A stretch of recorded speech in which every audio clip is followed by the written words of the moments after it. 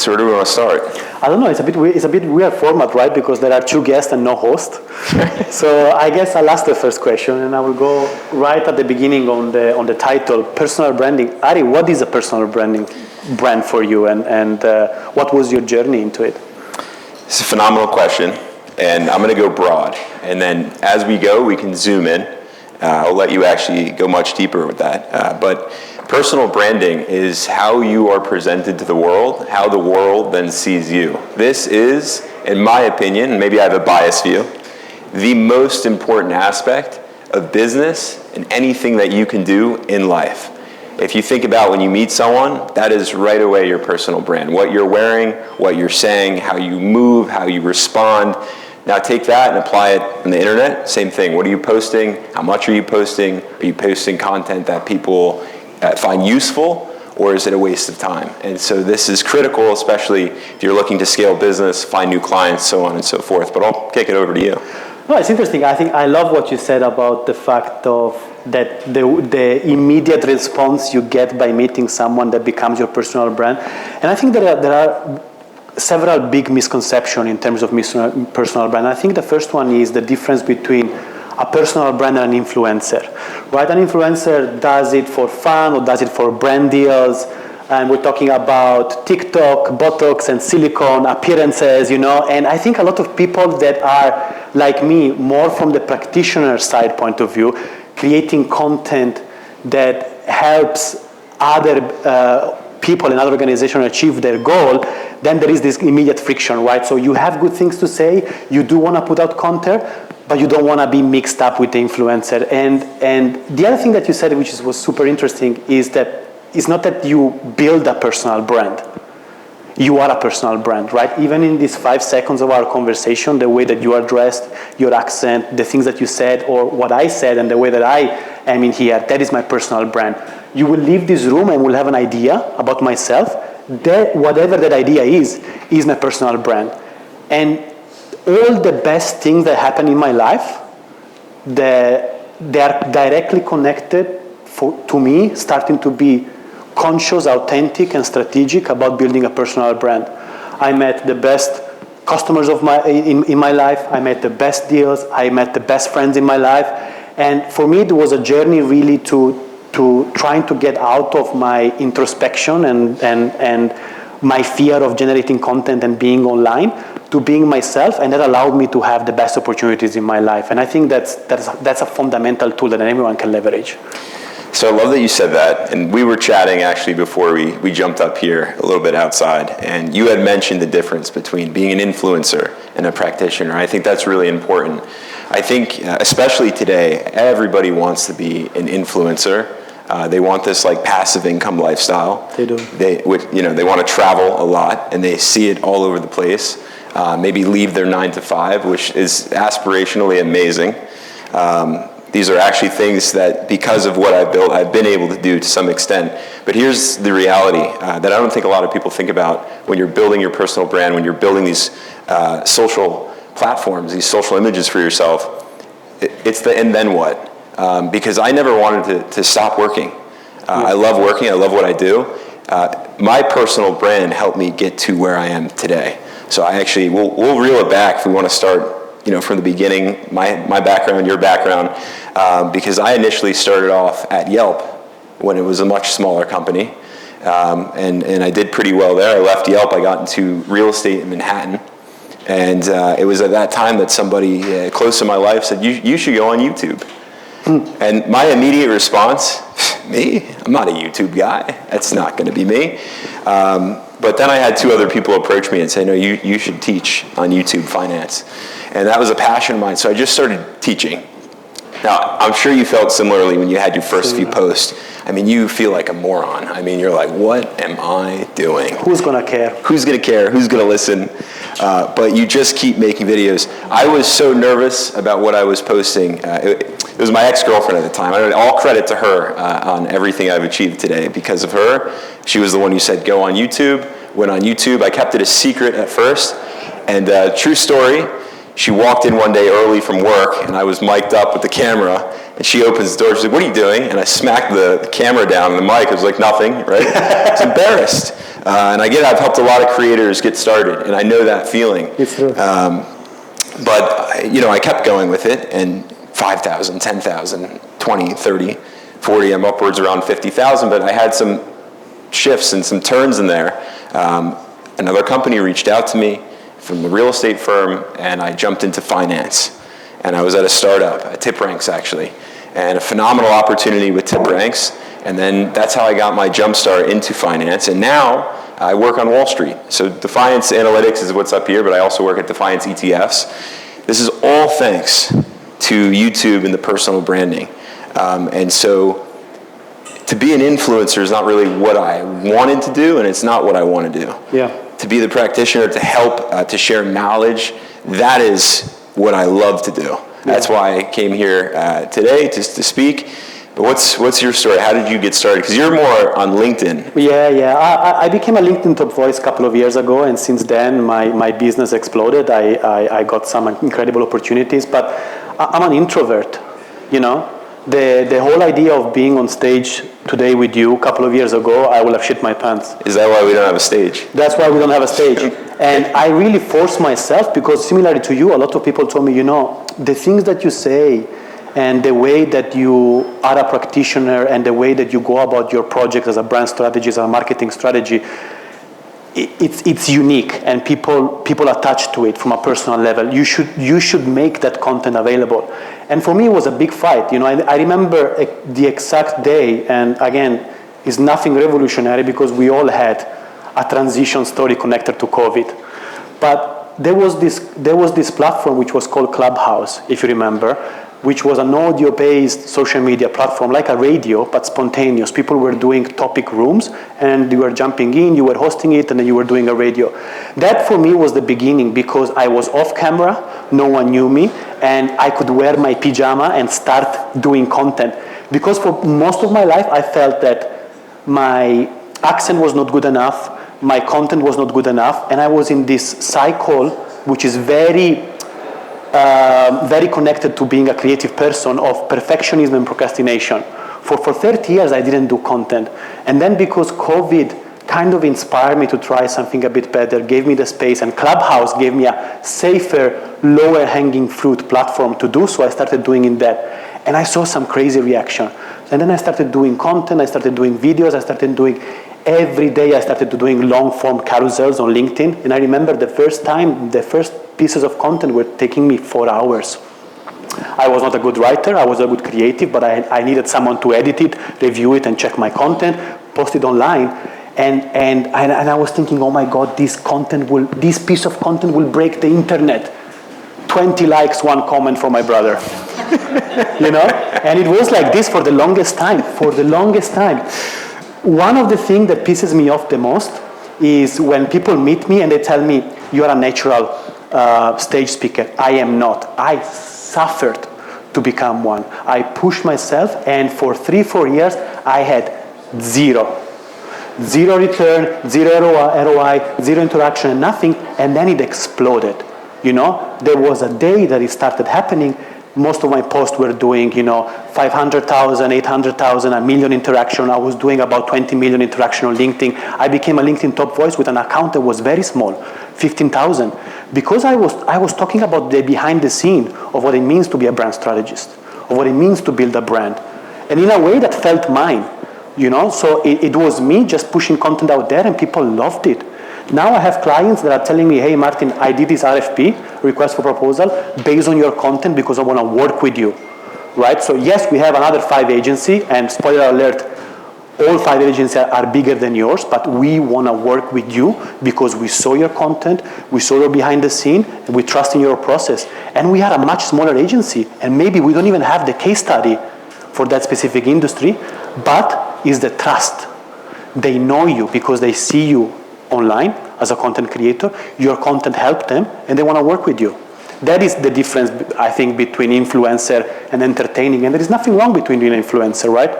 I mean, most of my nephews, they're 12 and 15, and I asking them, what do you want to be? I want to be a YouTube content creator, right? It's no more firefighting or being an astronaut. It's becoming the next Mr. Beast. That is the dream of the youth generation. But I wanted to do something that was attached to my profession and to what I love, and I can speak about it every day, Something I think is incredibly important that you shared was the amount of grit that goes into building the brand. And it's not an overnight affair, that is for sure. I think, and I'd be very curious to get your point of view here, when it comes to AI, because I guarantee you, everybody in front of us now is using AI in some capacity. And every now and then I see these pop-ups that say like, oh, you can use AI to create your brand now. Just plug in whatever you want it to spit out for the algorithm, for Instagram, for YouTube, TikTok, whatever it is, and it's gonna help you build this six-figure business.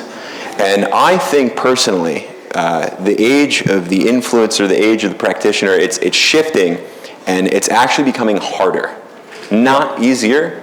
I love AI. There's a great use case for AI. I do use AI when I need to, but I try really not to, especially as a creator, as a content creator, because you don't get that grit anymore. And what it takes to really build the brand up, 3-4 years, you had nothing. Yes. I had about a year where it was just day in and day out making these videos, and you're spending hours and hours of time after work, because you're not making any income from it, yes, and nothing's happening. So I feel that it's getting harder to actually build up a strong brand if you're using AI. What do you think about that? I think it's getting harder because more and more people, they think that it's easier to get out there and produce content. The reality is that most of this content is bad content, right? What we call AI slop.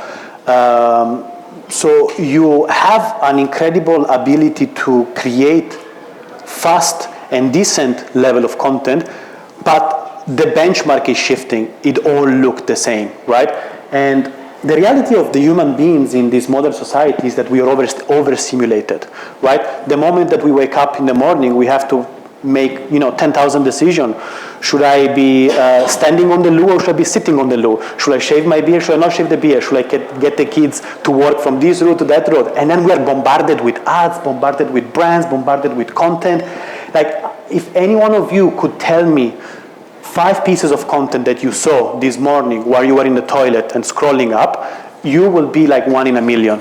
We consume content, but we forget content. So it's an interesting point about AI allowing us to be visible, but making it much harder to be memorable. And that's where the analytics in marketing become complicated. We see good returns based on the visibility metrics, but do you remember me?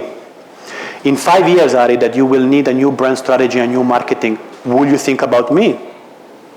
Or you will have forgotten me because you're so overstimulated and you see so much stuff. So from one way, it's easier than ever to do content.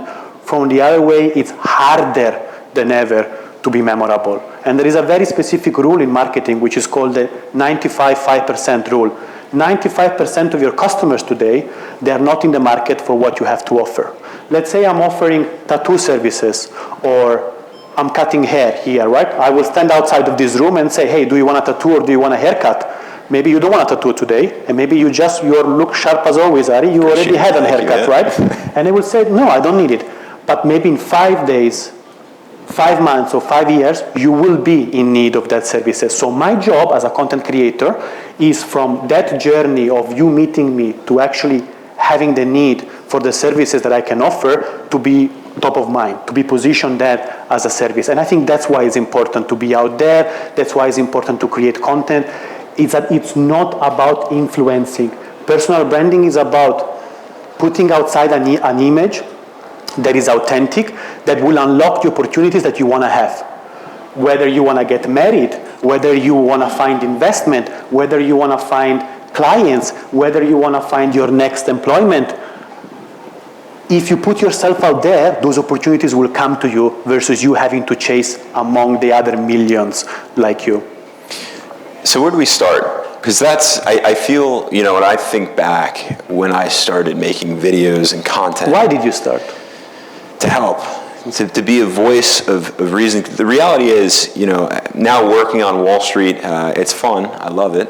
But there's a lot out there that the average everyday Joe or Jane is consuming that they don't need to, especially when they're trying to invest their hard-earned capital. And there's so many vehicles to wealth. Wall Street doesn't explain any of them well, and that's somewhat in the business of just complicating information. But I wanted to streamline that. I wanted to help because I saw the power of investing. My content was on YouTube all about investing, how to start, how to make your first 100,000, how to go from there. And I knew it was incredibly easy, but it would take time. And then I was in the midst of friends and family, and they're talking about, options and puts and calls, and I'm like, how much money did you make at the end of the day? Yep. Zero.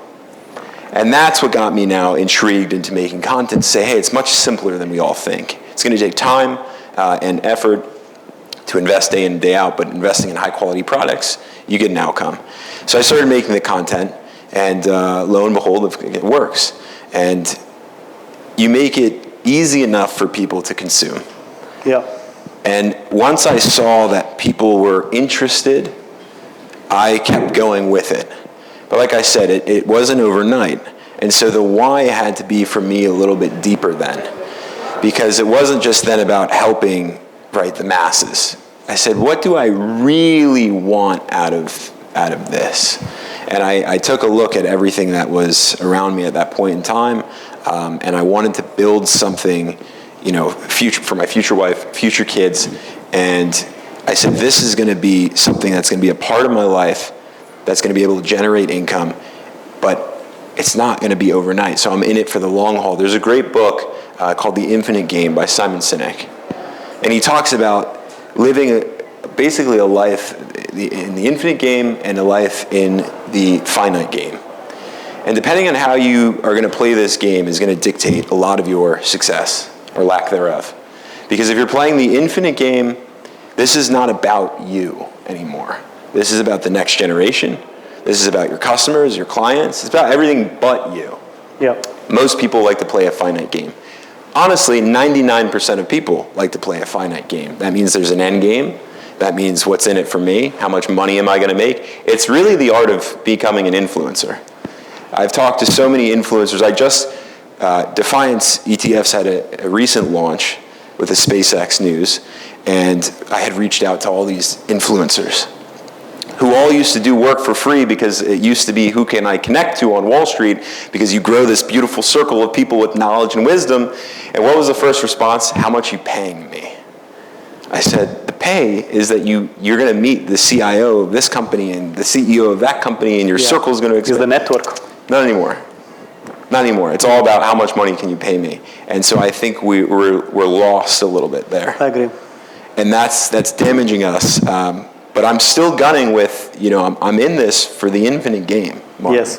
This is not about me. It's interesting, if we analyze personal branding and company branding, they're very similar, right? There is the short game, right? The short game is about getting in leads and paying the bills. You're gonna have to do sales.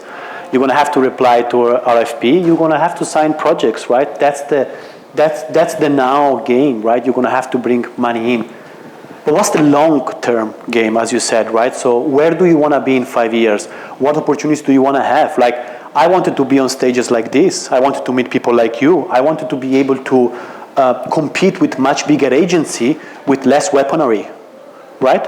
I wanted to be a small agile agency that is winning project against much bigger agencies. And I could have not done that with short-term performance marketing because I don't have the budget. Right? I don't have the budget to invest as much as Pentagram invest, as much as Landor invest, the big Ferrari and Porsche brands when it comes to marketing and branding. But what I have is I can build my personal brand and I can meet with people. Those people will trust me, they will understand me, and they will want to work with me. And that is happening. But that's the long-term, right? So it's a flywheel effect, right? So while you weaponize your short-term effects and you bring in sales and you do performance marketing, then you also need to build your long-term brand, because as soon as the long-term brand starts kicking in, it becomes a flywheel effect, right? The sales become easier, your marketing becomes easier, the opportunity come to you versus you having to fish them, right? So you're not fishing anymore, you weaponize your magnet, and the right opportunity are coming to you. But as you said, there is no shortcut. And one of the things that I want to emphasize with the people in this room, every day that you're thinking about putting outside a piece of content, or you're thinking about building your personal brand, is a day that you wasted to unlock your future opportunities. You are a personal brand, you have a personal brand. The question is, do you want a brand by choice, or you want a brand by chance? Do you want to have a strategy, a vision, where you want to be in 5 years, what opportunity you want to have, or you just want to go with the flow? I know that I wasted 30 years of my career, at least 15 years of the potential of my brand, right? And then I started working on it, and all the good stuff started to happen. But it's not going to be, I start today, I'm going to see the returns tomorrow, right? It's going to take longer than that. But if you don't start today, those returns tomorrow, they will actually never materialize. So you think people should just start, or do you think you should just really start with the why? Because like I'm going to go deeper on the why. I'm going to get a little more intentional on the why. Even when it comes to posting content for me today, I will, before I post it, yes, whatever it is, the video, the LinkedIn post, whatever, I will take a moment to just say, Ari, why are you doing it? Yes. Right before I hit post. Yes. And if it is because I am chasing something that is outside my why, I actually don't post it. Yeah. And I'll sleep on that. Because if you want to enter the rat, like this whole deal is to get out of the rat race. You got to where you are based on building your brand. I got to where I am building my brand. And I don't, it's so cliche, I don't work a day in my life. I really don't work a day in my life. It's because I'm actually doing what I love. And I never wanted to just retire early. I thought I did. I thought that's like the investor's epic dream, retire early. And then I realized, like when I hit what's called coast fire, you don't have to invest anymore. Your capital is going to work for you. I don't want to retire. I love what I do, and so I keep working. But it's this notion that's like, what is that why? Yeah. And when you're on fire with your why, which I think a lot of people don't even think about, it's easy today to just, okay, there's content creators, I'm seeing this, I'm seeing that. Yeah. They're getting hit 1 million times a day with fast content. They're saying, I got to do this. I want to do this. And then you know what? Fast burnout. 1 week, I can say to someone, post for 90 days. How long is someone going to last? That's the other element to this. When a lot of people, I work with CEOs as well on Wall Street, how to get their name out there. Say, all right, here's what we're going to do. Here's the big game plan. We need posts every day. And they're like, I don't know. I'm like, well, this is, right? One of the things I did when I started at Defiance, does everyone know who Kathy Wood is? Fair amount of hands in the area. Yes, okay, one gentleman in the front. So I have a Warren Buffett, Sam Walton, any of these individuals, they have built these beautiful brand names for themselves, really. Because when you think Kathy Wood, you're not really thinking like ARK Invest, you're thinking Kathy. When you think Sam Walton, right, it's Walmart, right? Elon Musk, you're not really thinking Tesla, you're just, Elon. Yeah. And so when I got to Defiance, this is something I said to our CIO. We're going to make you into the next Kathy Wood. She's like, great. What's it going to take? So you're going to be on a lot of podcasts. We're going to get a lot of posts out. We're going to blow your face up. And she did not like that. Pain and suffering. Yeah, she did not like that. But slowly but surely, I mean, she's getting out there more. And we can see that now reflecting in our metrics. Yes. It's interesting. I think the question about the why is definitely an interesting question. And I will connect back to my previous topic that building a company brand and a personal brand, they're very similar. You're going to have to be strategic. If you don't know where the goal is, you don't know how you're going to score, and you don't know if you're winning. What are the rules? What's the pitch? Where are we playing? How are we going to win that, right? And I was luckier in a sense because I do that for a living, right? I build brands and I build marketing strategies that help companies go from 1 to 3 and from 3 to 9, right? I give them a path to make vision a reality. And I applied the same for myself. But it's very hard to work on yourself in the same way. The cobbler shoes are always broken, that's what they say. So I ask other colleagues to help me. Hey, help me define my why, help me define my vision, and help me define my positioning. And that one-page document, that is my litmus test for anything that I do. Will being here on stage today doing a live podcast with Ari help me achieve and help me activate my positioning and my purpose and my why in regards to my personal brand and my company brand, yes or no? If the answer is yes, then I will do it. If the answer is no, it's distraction, right? So we don't need that. So it's exactly the same principle. Who you are, who you want to be, where do you want to go, what is the why? And I think the why, going back to Simon Sinek, right? Most people will know what they do and how they do. Not many people will know why they do it. And guys, we have a limited amount of time in our lives on this planet, right? Your career will be, what, 50 years, 60 years, let's say. And my parents spend a lot of their time doing a job that they absolutely hated it to give me and my brother a better opportunity. And I think most of us in our room, we don't want to do that, right? We wanna do something that we love to do, and that's why the why is so important. Like, would you do content if you don't believe into it? Would you do content if you don't like it? Would you talk about the same topic for the next 60 years if you don't like it? Right? It's very important.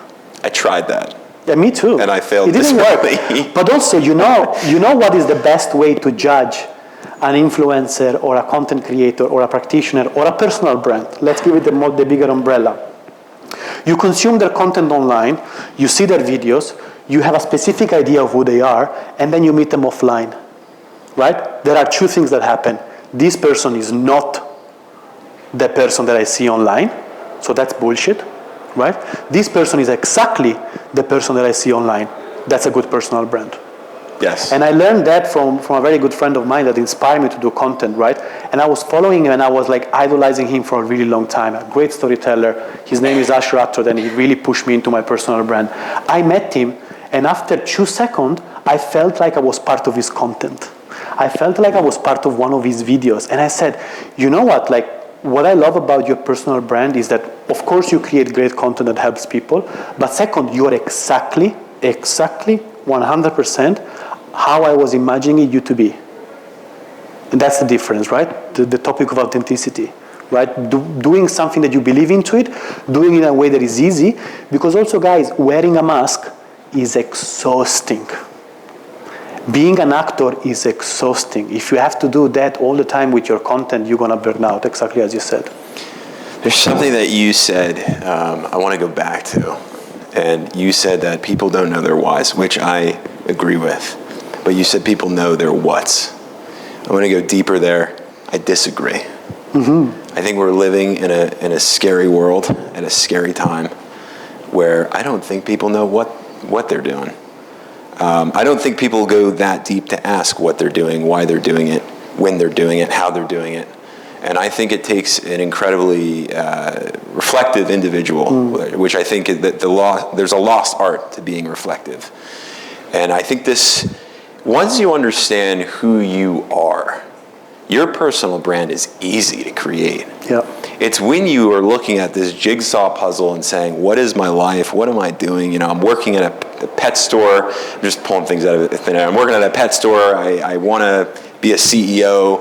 You know, and the problem with that, though, is that today you can just go to your Instagram bio and write CEO of whatever company, right? And so this is destroying us, but I just don't know how many people actually have a really good sense of what they're doing. And I think once about 10 years ago, I really just decided I was going to change everything about my life, a complete 180 from who I was and who I was becoming to who I really, really wanted to be. And I took it was an eat, pray, no love year. That's what I was going after there. And it was just like, man, you're going to get your stuff together and figure out who you are. And that was a transformative year.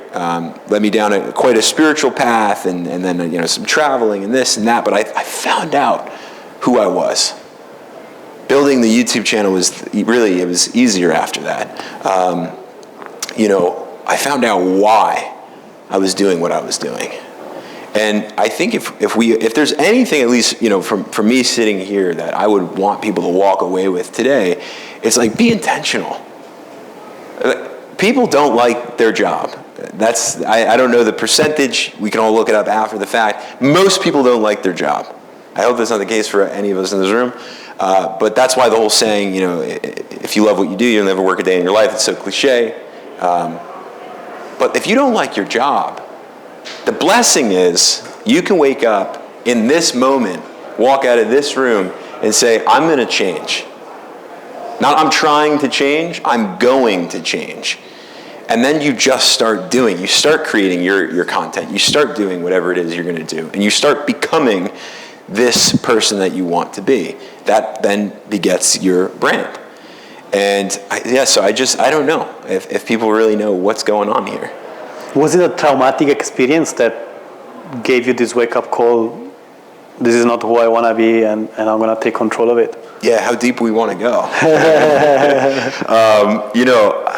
I'm very, very transparent. I come from more of a broken household, right? So for me as a kid, I was searching for a lot, for happiness, really, this was searching for.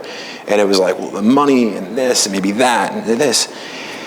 And I achieved things at such young ages that it's just like I started to realize like none of it was working. That was a terrifying that was just a terrifying moment. So it was like I would achieve this milestone, and it was like, well, you're like the Tin Man, you're not happy. And so it was in my early 20s where I like really just bottomed out, crashed out, and that was that moment where I was like, I got to change everything. And it was scary. It was daunting, for sure. But that was the best thing that ever happened to me. Right, because it actually happened on any given Sunday. It wasn't like some crazy moment, like a movie-esque moment. It was just like me in Manhattan on a Sunday morning, like crying. I was like, I'm not happy, And that moment was like, dude, you need to change like everything. Yes. Not a single bit of you can exist anymore, the way that you are. And so I just started doing and becoming.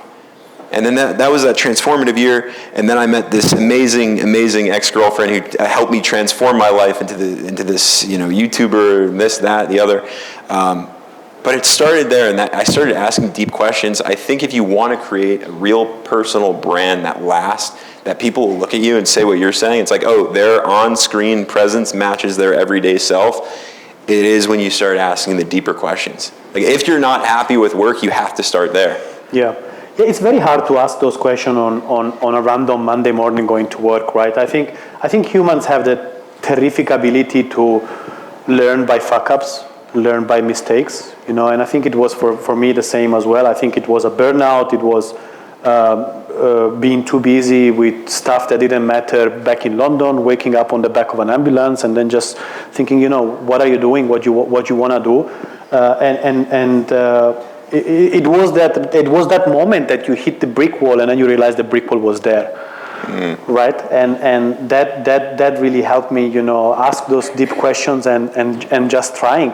So Ari, like if we had to, go away from the spirituality and the trauma into practicality, and let's say we convince people that personal brand is helpful and can help you achieve your personal and career goals. Based on your experience and based on your successes of building a personal brand, what will be your path to building a personal brand, right? If you had to externalize yourself and say, okay, we're going to do it again, what are the first things that you will do and what will be the, quote marks, framework that you will follow? Yeah, first, I think we both hit brick walls. Yes. I think that's really important. The burnout is going to help you. And so I just have come to realize. Go and burn out, answer. Everybody burn right out. Crash out, do what you have to do. I'm a firm believer. I help a lot of people in this capacity, especially today, get to that moment of now what moment? I believe it's necessary. I believe everyone will have to do what they're going to have to do to hit it. And I will never stop anybody from hitting that moment. That friend who keeps calling that's like, oh, I hate my job. And I'm like, waiting on, I got this watch on for him or for her, I was just waiting for that moment. But it takes that moment. It really does take that moment. And then from there, it is going inward. There's nothing out in this world that's going to save you or make you happy. Nothing. It's an inside job. So you got to start there. You got to start with the why, which is what we talked a lot about already. And then from there, it's risk and risk big. Risk looking like a fool.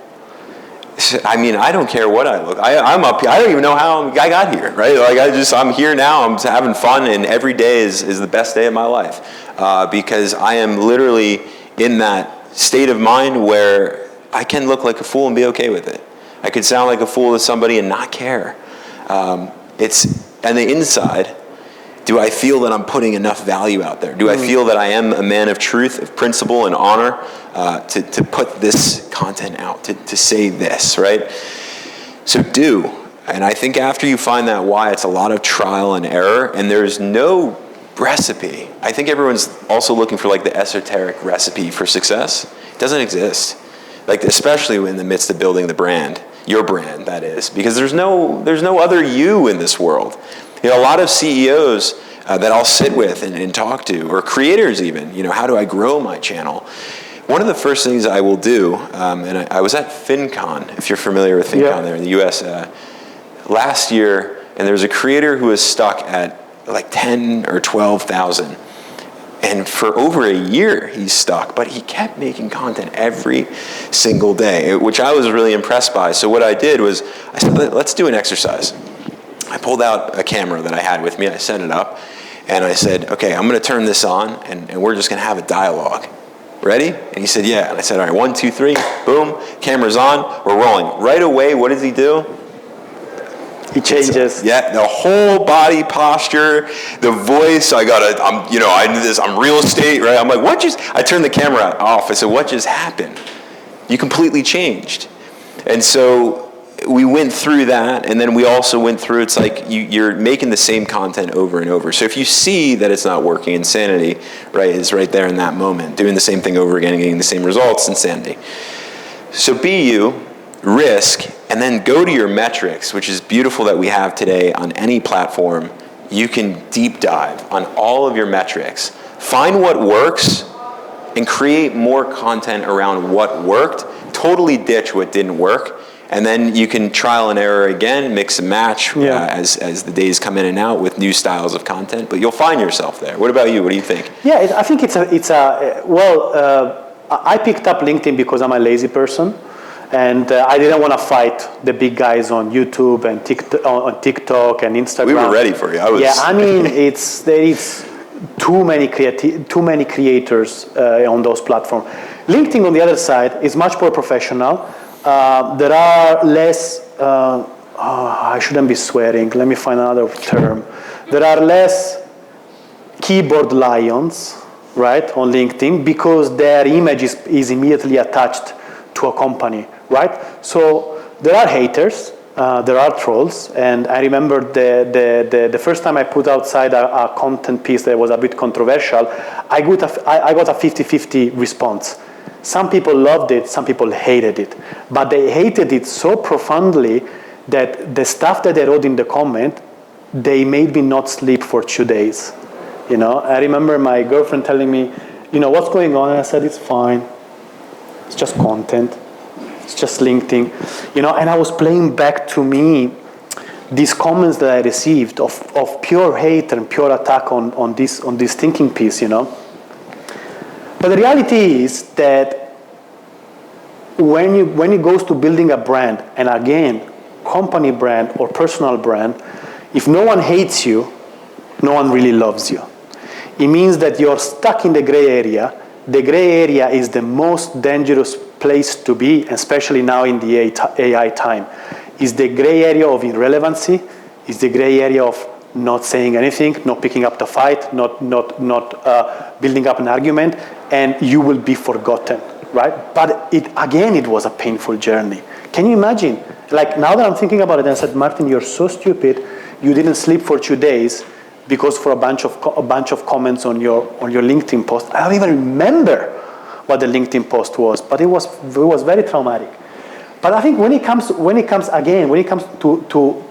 building a personal brand, yes, it needs to be something that you're passionate about, that you want to speak for the rest of your life, in different ways, not in the same way, but also it's about helping someone, right? So going back to your company brand, who is our ICP, who is our ideal customer profile? Going back to your personal brand, who is my reader? Who is the person that I want to impact their life? How do I impact their life? For me, it's very simple, right? I grew up as an artist, as a designer. I became a brand strategist and then a business owner in the last couple of years. So I call myself a full stack brand builder, right? I've seen the whole journey of building a brand, from design to comms to marketing to branding to strategy, positioning, naming, all of it, right? I spent my life niching down in this. And I realized that most of the C-suite, most of the people sitting at the table where I want to sit, they have no clue what brand is. They have no clue what marketing is. So my positioning is very simple. I am the best friend of the CMO. I'm the best friend of the C-suite that understand what brand and marketing is. And my agenda is to demystify branding and marketing for CEOs. That's all I do. That's all I do. Those 2 short sentences are stuck on 2 tiny post-it on my wall. And when I'm writing content, I'm looking at that and I'm answering myself, is this helping me to achieve that agenda or not? And then I get hired by CMOs, and I help change the perception of what brand and marketing is inside the brain of financial-driven CEOs. That's all I do. And another very good trick is, if you're unable to answer the question of who am I, what is my why, what are my values, ask the people closer to you. Give them 5 post-its and tell them, describe myself. Tell me what am I good at. Tell me what I'm not so good at, and tell me what are my values.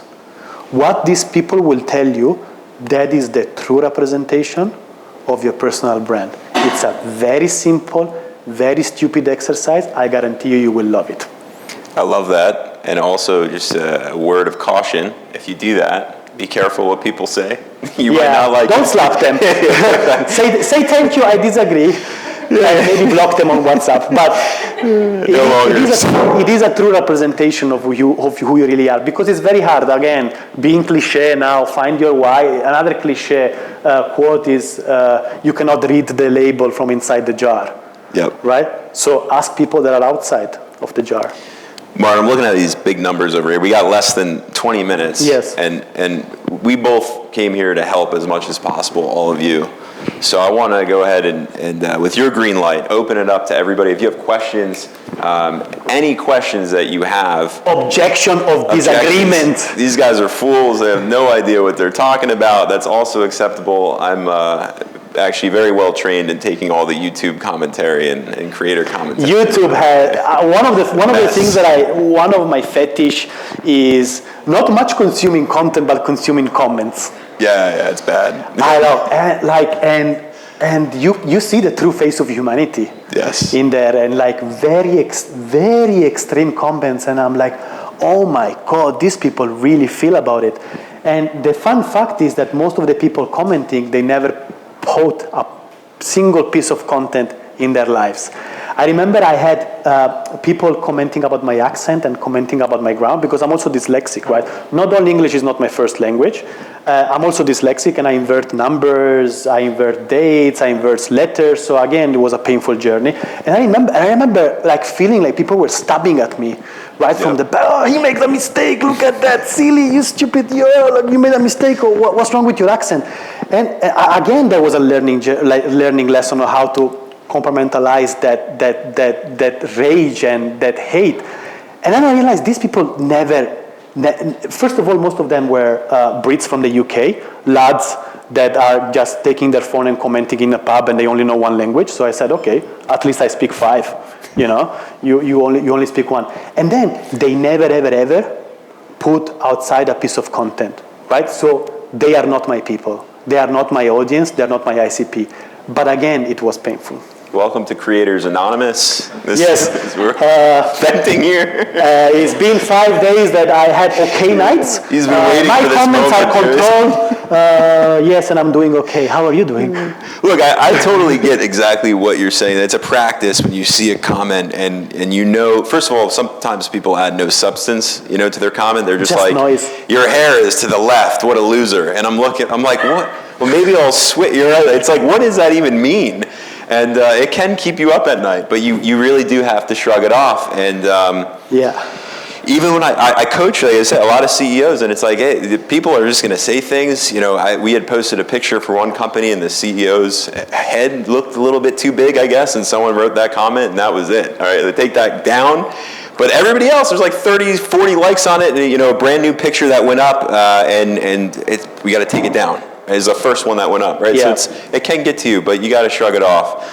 People are funny. Man. We're all just clowns. And, to be fair, most of the people are supportive, and you know, I received messages that your content saved my career. You changed the way I'm thinking about stuff. You know, I have people that come to me and they said, "Hey, you're Martin from LinkedIn," and I said, "Yeah, that's me. Your content is really helpful." And even those people, I don't know them because they never shared a piece of content. They never commented. They never liked. Like the majority of your audience on LinkedIn is what we call the lurkers. They will consume your content, but they will not interact with it. But then when they see you, they will tell you or they will message you. And I can tell you, like, I made money out of that, right? I'm okay. Like our businesses are doing fine. My personal brand is doing fine.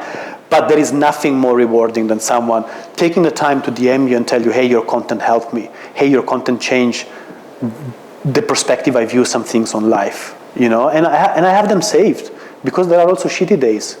There are bad days that you don't want to put content, you know. Being an entrepreneur is a roller coaster, right? It's either very, very good or very, very bad. There is no middle. So those comments really help me because I think as humans we are social creature, and one of our biggest reward that we get and satisfaction that we get from life is helping people, right? It is true. When we help someone, that dopamine, that energy, that emotion that you have inside is priceless. You cannot put a price on it. It's $1 billion paycheck. That's what I typically say. But let's see. Any questions? Any questions? We'll keep talking. We can talk all day. Oh, 2 questions already. Yeah, 2. All right, we're doing well then. No microphone. Lady in red. We got a mic. Mic is coming. But anyway, it's cozy here. I think everyone can hear you. Hi. So what if you have 2 personal brands? Oh. What if you have your corporate personal brand, and then you've got your passion project side hustle personal brand that's completely different from who you are at work? How do you not feel crazy? Yes, I have a strong opinion on that, but do you want to go first? I'll take a 30-second stab at it and pass to you. I think it depends from who you are. What's your name? Katerina. Nice to meet you, Katerina. Hopefully. It would be very hard for me. Maybe it's because of my ADHD, maybe it's because of my dyslexia. I will have a very hard time to separate my personas. So I would have to find a common denominator in these 2 endeavors, right? Because I'm not a good actor, and I'm not a good liar either, which we can ask my girlfriend later if that's true or not. But it will be very energy demanding for me. I can do it, but I could do it, but it's gonna be short term. So I think it really depends. It really depends to you. My question back to you will be: why do you feel the need to portray a different personal brand in your corporation versus your hobby? That's a good question. Because at your corporate job, you're producing something different, you're selling something different. Yeah. And then your side hustle is selling something different. That's right. So it's product-wise. But personal-wise? I guess it's like how Ari said that, like your friend who you put the camera in front of him and immediately, you know, he changed his posture, he changed his voice. Maybe the answer is to just maintain the same personality, the same warmth or whatever it is that you're giving out. Yeah. Listen, it's a terrific question. Like, we could spend hours on it, and it's a very smart question. Thanks for asking me that. But I think that you are always the same person. Whether today you see me with linen trousers and a fairly smart shirt, I'm the same person that today woke up half naked with a pajama on my dog on the bed, right? And maybe tomorrow I will go to a beach party and I will be with my Crocs and a silly swimsuit, right? So the tangible appearances do change. They can change.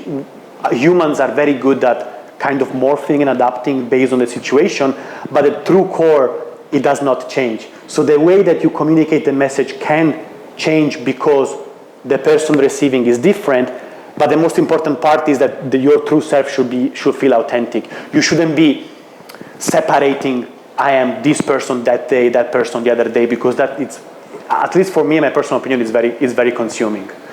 I think the best part is where you can connect those two. And this is a question a lot of people ask me in corporations as well, like, why should I go out self with authenticity? Why should I be myself? Because you will find the right people, the people that will come to you. And it's a complicated question, but there has to be a common denominator. Otherwise, it's going to become tough. I can guarantee you that. I guess it's not so much about personality. What I was wondering was more, you put yourself out there in the corporate world, and LinkedIn, yes. Specialist at this, specialist at this, I do this and this and this. And then in your passion project, you're doing completely different stuff. You can, but there has to be a line connecting them both, right? Corporate doesn't mean boring. Corporate people, I actually work in B2B, and I love B2B. I love, quote to Mark's, boring projects and boring corporate people. They are the least boring people on earth. They actually want people that speak as it is. They want to go to the pub. They want to hang out. They want to have fun. They love the craft that they do, but they're being labeled. They've been labeled B2B is boring. They've been labeled corporate is boring. It's not. It's not. As soon as you crack them, they become really good friends. They become really good people. And I guess going back to the original question is like, what will be your goal on this profile? What will be your goal on that profile? Yes, you can achieve it with different tactics, but it should still feel by you. And the people and the lovely part is the contamination of two. When you find a corporate person that also loves the other profile, or vice versa, that is where the magic happens.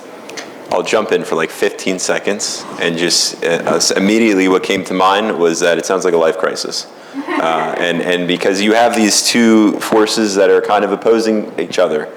And I think there's probably a lot of fear that's there, right? What's the corporate world going to think of me? How am I going to able to get my message out there and feel authentic? But that's like two animals fighting together, and it's just, it's a burnout. So I'm looking at my watch that I'm not wearing, saying, I'm going to wait for you to give us a call when you're ready to pick one of those brands that's really authentic to you. And you'll be surprised when you start to come out with your authentic content, your company will say, wow, we never knew you had that in you. And that's actually a gold mine. When you have a company that you're working for, they know you and they trust you, they love you. It's like that's the family, right? I'm here now. This is not really related to Defiance ETFs, but they were all for it. So you have to also find the company that's going to support you in all your endeavors. Yeah. And if not, I say, if you're not happy with your job, you can have a moment and then walk out the door, change your life.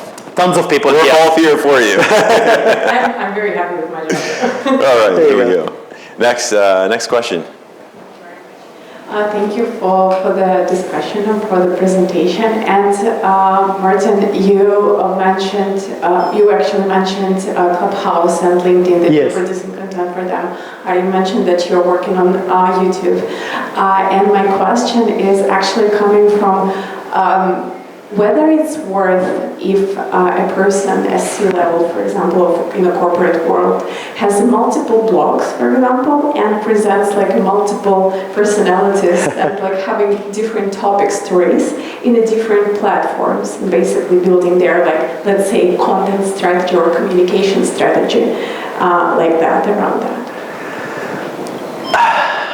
I'll take it real quick. I would say this. I think if you're, it's very similar to the last question. Yes. You have all these ideas. I want to talk about this. I want to talk about A, B, C. I want to talk about everything. The problem with that is a lot of creators start there. A lot of creators actually start very generalized. What works really well is when you niche down. To really find what you love, what's your passion, niche down on that, and you'll be surprised. Like, there are channels that blew up on YouTube just about like Pokemon cards. Right? Yeah. It's not my thing, but to somebody else, or Yu-Gi, I don't know any of the names of the Pokemon characters. So, but people love that. And what happens is when you start on YouTube and then you go to LinkedIn and then you go to TikTok, and people are going to follow you on each platform because they know what platform is going to give what. TikTok is short form, YouTube is longer form. Now they have shorts, but it's still longer form. You know, you could have a podcast, but they know that when they find you, you're Pokemon or whatever it is, right? Yeah. That's what I'll say about that. I don't know if you have it's that. interesting. I think it's a really, again, a terrific question. And like as people, we do want to speak about different things. We do want to have different angles, and people are diverse, right? As the answer I gave before. But there is power in consistency, and there is power in cadence. Now, when we're talking about consistency, it's not about saying the same thing the same way all over and over again, right? But being known for being a subject matter expert on Wall Street, on personal branding and positioning. But there are thousands of different ways how you can communicate the same message. I talk about FIFA ticketing right now. I talk about the FIFA branding last couple of weeks. And in my podcast, we had episode on menopause with ladies talking about the research and talking about how little is discussed, especially in Cyprus. So I have a wide range of topic, but I do tackle it from the same angle. Right, so it is personal branding and it's positioning, and I think that is the most important thing. Is like, what do you want to be known for? To become a LinkedIn top voice, you have to be known for one thing. In LinkedIn, outside of LinkedIn, so I became a LinkedIn top voice because I am on these stages, because I have a podcast, because I do Instagram, because I got invited to speak in places. I do LinkedIn Live, but all of these 5 different, apparently unconnected pieces of touch points, they do connect back to the topic I want to speak. I think if you have all these blogs and they're not connected to each other, then it's just noise. It's going to be very hard, and people will ask, who are you? Right? I want to be the branding guy. Right? That's how I want people to remember it. Whether I talk about it from having beers or FIFA or being here on stage on ARIA, that's what I want you to get out of myself. You know, great questions. Warren Buffett and Bill Gates had met for their first time. I don't know if anyone knows this story, but they met for the first time. They were asked to write down one word that if they were to basically narrow it down to what helped them the most become successful. Both of them wrote down focus. Yes. That's what started their friendship. And so I think that's something we lack. That just goes back to what we were saying earlier, right? What are we really doing here? Yes. What was the goal to come to this conference? What is your why? And you have to focus on this, focus on your niche. It's very hard in a world full of noise. And it's very hard for creative people because creative people have the shiny object syndrome, right? They want to chase new projects. You can chase new projects, but you have to build that bridge back into your why, right? The hardest thing about building a brand is to say no. The hardest thing about a strategy is not defining what we have to do, is defining what we don't have to do.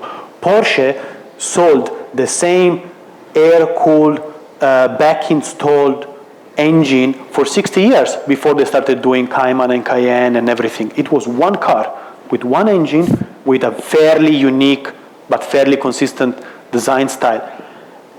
You don't have to do the same shit for 60 years because by the time you spice it up, you're probably gone. But there has to be a common denominator. Great questions. Any other questions out there? 3.5 minutes. Any more? Yes, please.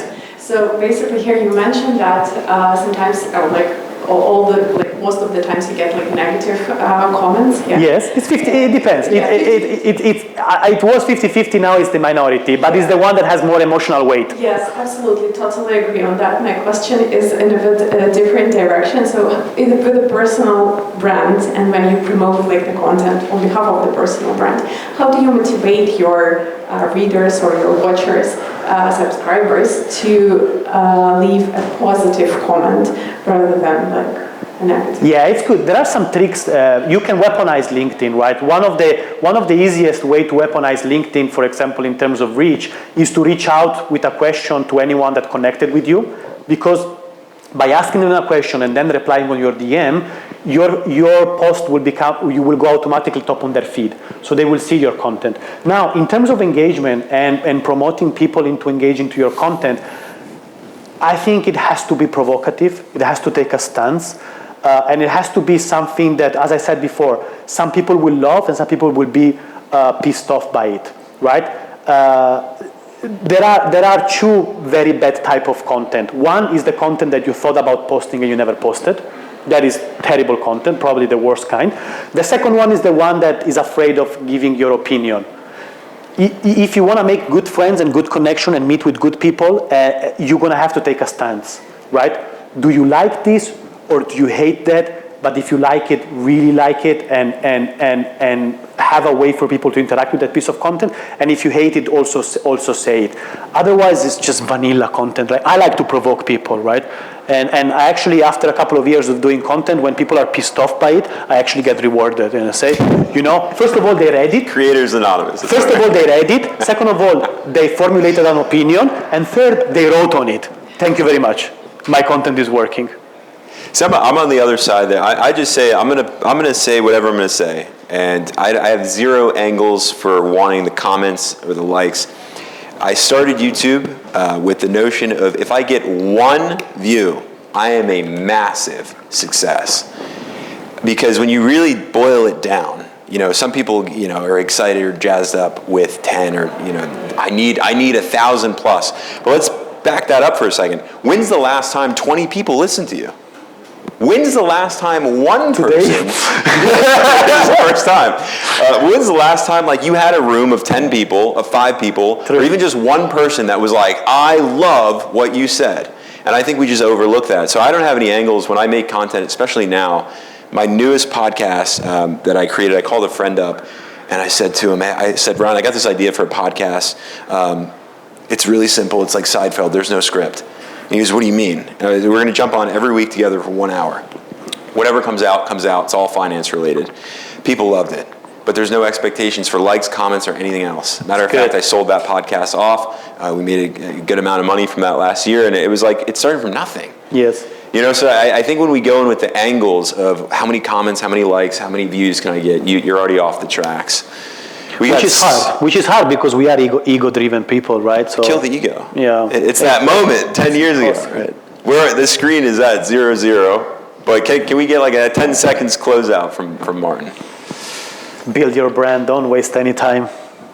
Love what you do or leave it. Thank you very much. Thank you.